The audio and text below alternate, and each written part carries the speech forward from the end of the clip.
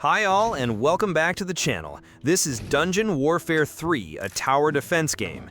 As you know, I'm a big fan of tower defense in general, so of course I played Part 2. I even own it twice. So yeah, I couldn't wait for Part 3. Before I get into my own thoughts, let's lay out what it actually is.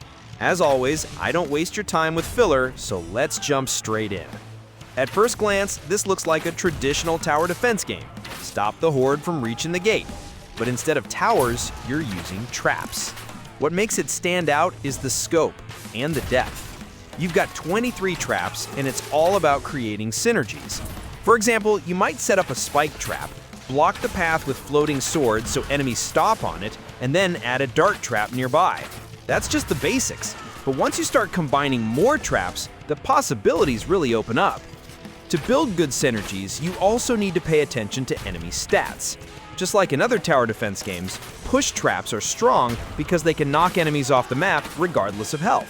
But if an enemy is too fast, it might trigger the trap early, leaving it on cooldown. And here's the twist. This game also tracks weight. If an enemy is too heavy, it won't budge. On top of that, some enemies float and need their balloons popped first, while others heal allies. So yeah, there's a lot of depth to think about. Progression works like this.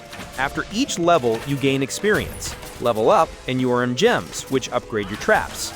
Every 5 levels, you pick a perk, and you can swap perks anytime to fit your playstyle. After every stage, you also get cards to place on a board. These unlock new levels, but they can also give buffs, bonuses, or gems. Then there are runes, modifiers that crank up difficulty. Beat those, and you get more experience.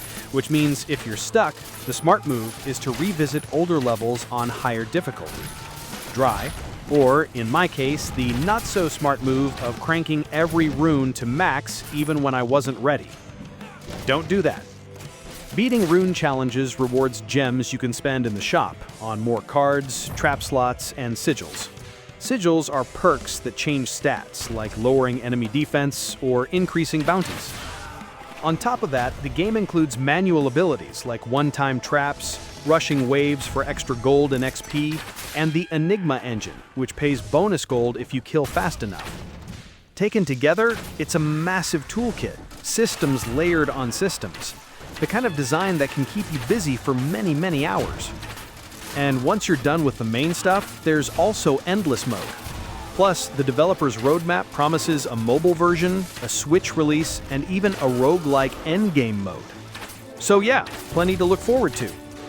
Now for my own thoughts. As I wrote in the title, I think this is a must-play and worth buying. That said, I personally liked Part 2 more. In Part 2, you had 3 skill trees that shaped your playstyle right away. Here, that immediate impact only comes from trap upgrades, which were already there before. The board system for placing cards also feels a bit random, and it took me way too long to realize you need to buy trap slots and sigil slots in the shop. Still, the game has better onboarding, it looks much sharper than Part 2, and it keeps rewarding you often enough to stay engaging.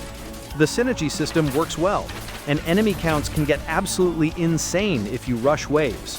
Surviving that chaos feels incredible. I've said before that a good tower defense game should give you options, not just one puzzle solution. This one does exactly that, but it also forces you to think carefully about trap placement.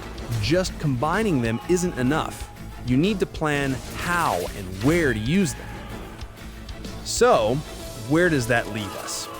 Basically, if you haven't played Dungeon Warfare 2, start there. It's still a great game with loads of content. Then move on to Part 3. The dev is already patching it, and by the time you finish 2, Part 3 will be even better. That was it.